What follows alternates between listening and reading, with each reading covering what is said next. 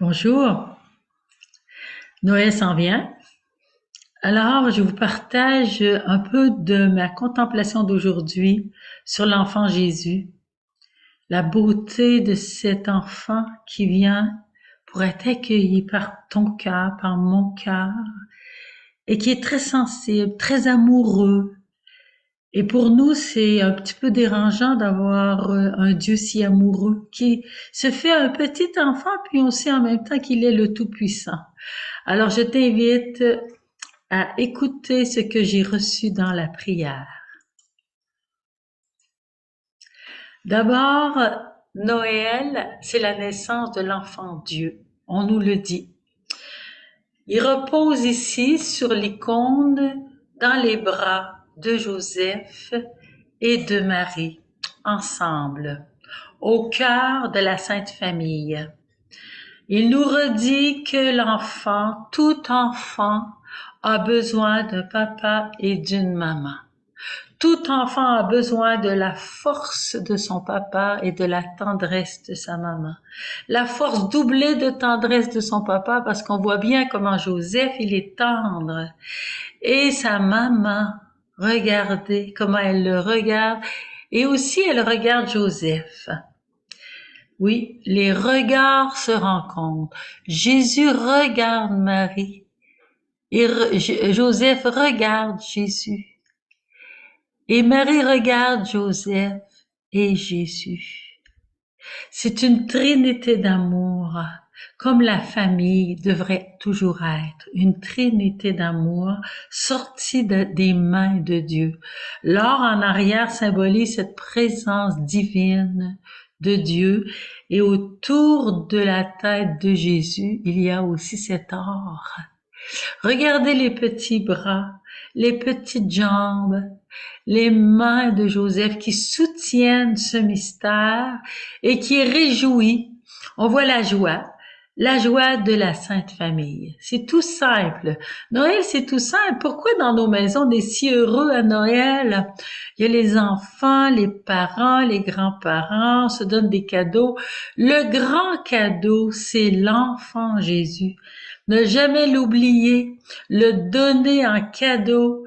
Il est venu pour nous. Alors c'est pourquoi on le met au bas de la crèche et on enseigne aux petits-enfants que c'est ce petit enfant Jésus-là, c'est son cadeau et qui vient vivre avec lui. L'enfant veut jouer. C'est ça que je remarque avec ses petites jambes. Il veut jouer, ses petits bras qui bougent.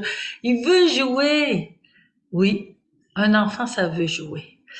Et on va voir dans la vie des saints que le petit enfant Jésus va se montrer à Saint-Antoine de Padoue, qui était en train de méditer, de contempler très sérieusement vers la fin de sa vie. Et l'enfant vient sur la Bible qu'il est en train de lire. L'enfant veut l'embrasser, l'enfant veut être aimé. Et Antoine de Padoue, devant cette tendresse, qu'est-ce qu'il fait? À toi de le deviner. Thérèse d'Avila le voit aussi un jour dans le corridor de son cloître. Elle rencontre un enfant, mais elle ne sait pas que c'est l'enfant Jésus. À ce moment-là, elle n'est pas encore convertie. Elle est encore mondaine, elle aime bien paraître, elle a des belles conversations au parloir. Et le petit enfant Jésus vient pour être aimé d'elle, pour être préféré par elle, mais non. Elle n'est pas prête à laisser son moi, à laisser les choses qu'elle aime, ses parloirs avec des gentils messieurs. Non, elle n'est pas prête encore. Il devra se montrer à elle avec sa tête couronnée d'épines, flagellée, souffrant, pour qu'elle puisse lâcher prise, se jeter à ses pieds et dire Jésus, aie pitié de moi. Jésus aussi va se montrer à Sainte-Claire, enfant naissant. Il va vouloir être pris dans ses bras. Et je vous en nomme seulement quelques-uns. Peut-être que toi aussi, tu l'as déjà pris dans tes bras d'une façon spirituelle. C'est ce que Jésus veut qu'on fasse quand on adore ou bien quand on est à l'Eucharistie, puis on va à la communion. Voyez-vous, il est tout blanc sur cette icône. C'est Jésus hostie qui vient dans notre cœur et il veut être accueilli, aimé, parce que lui, il nous aime à la folie. Alors, qu'est-ce qui se passe à Noël? C'est que, après que Marie-Joseph l'ont accueilli dans la grotte, les anges vont annoncer aux bergers. Les bergers, on le sait, hein, ils sont méprisés par la société à ce moment-là. Et les anges leur annoncent, il vous est né un sauveur. Ils ont besoin d'un sauveur, eux autres. Ils sont dans la grande pauvreté, dans la misère. Ils sont rejetés. Alors, ils ont besoin d'un sauveur. Et puis, ils font paître leur troupeau pendant la nuit. Il y a des brebis mères, il y a des petits agneaux. Alors, Jésus vient comme un petit agneau. Vous le trouverez dans une crèche, dans une mangeoire. Alors, ils vont tout de suite à Bethléem. Et qu'est-ce qu'ils vont trouver? Jésus l'enfant. Comme l'ange l'avait dit. Un petit agneau tout petit, comme leurs agneaux. Mais ils vont apprendre avec nous que c'est celui qui enlève les péchés du monde.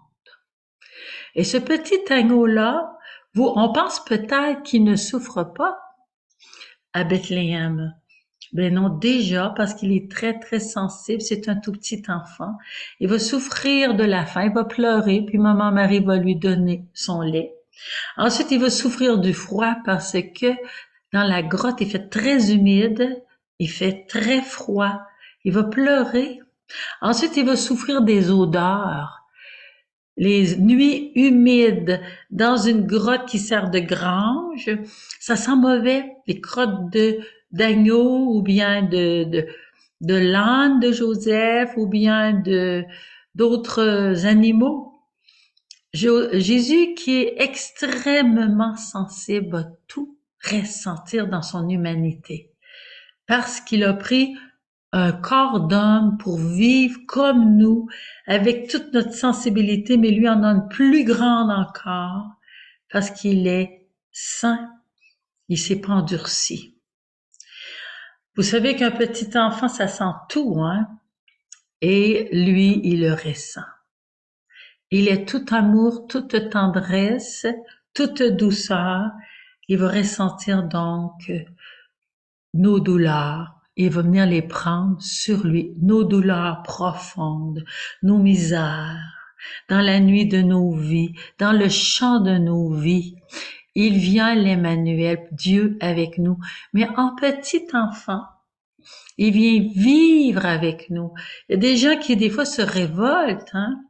Se révoltent parce que quelqu'un est mort dans leur famille, se révoltent parce qu'il y a de la maladie, parce qu'ils sont rejetés, sont pas acceptés dans un handicap. Jésus vient vivre avec nous nos douleurs, nos rejets, nos grandes souffrances. C'est ça, Noël. Il est petit sans défense, un agneau parmi les loups. Jésus va dire à ses disciples, je vous envoie comme des agneaux au milieu des loups. Mais c'est exactement ce qu'il fait. Il veut attirer le loup en nous. Il veut nous attirer parce que pour un loup, c'est très attirant, un petit agneau. Il veut manger le petit agneau, le loup. Eh bien, le loup en nous, il est agressif, il est dur, il est orgueilleux, il est révolté. Et le loup en nous va vouloir écraser toute vulnérabilité autour de lui. Il va vouloir dominer, être le premier. Voilà le loup en nous. Jésus dit, je vous envoie comme des agneaux. Il est le premier agneau envoyé par son Père, tout vulnérable, sans défense. Il va accepter de se laisser dévorer, c'est-à-dire de mourir sur la croix. Mais c'est toute sa vie qu'il va accepter d'être mordu par les loups autour de lui qui le rejettent et qui le méprisent, qui veulent s'en débarrasser, qui sont jaloux. Mais Jésus nous dit, apprenez de moi que je suis doux et humble de cœur, et vous trouverez le repos pour vos âmes. Nous, dans nos misères, au lieu de se révolter, apprenons avec Jésus à être doux et humble, puis on va retrouver la paix du cœur. Il venait dans la pauvreté extrême d'une grotte, se coucher dans une mangeoire d'animaux pour nous indiquer qu'il venait dans la pauvreté de nos cœurs. La grotte, c'est moi.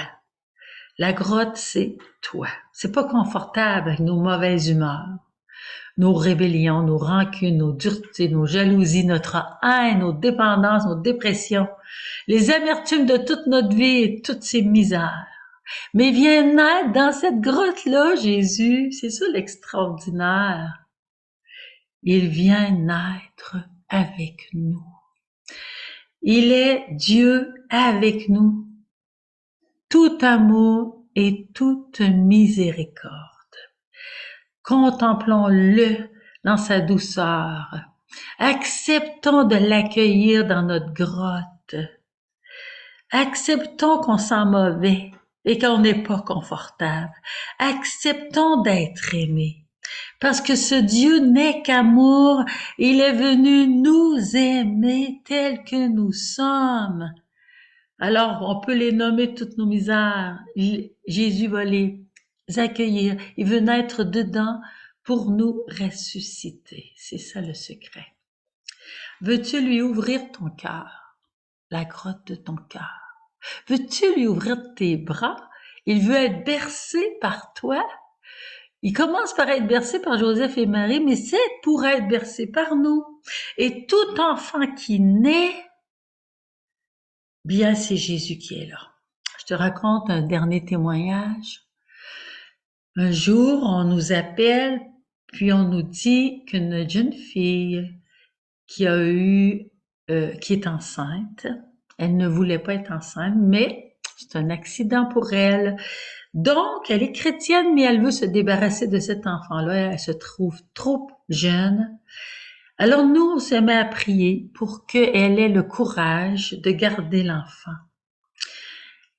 Et notre prière se fait très intense. Les parents nous accompagnent. Et après, on reçoit ce témoignage de cette jeune fille qui dit, dans la nuit, Jésus a dit, tu ne veux pas m'accueillir?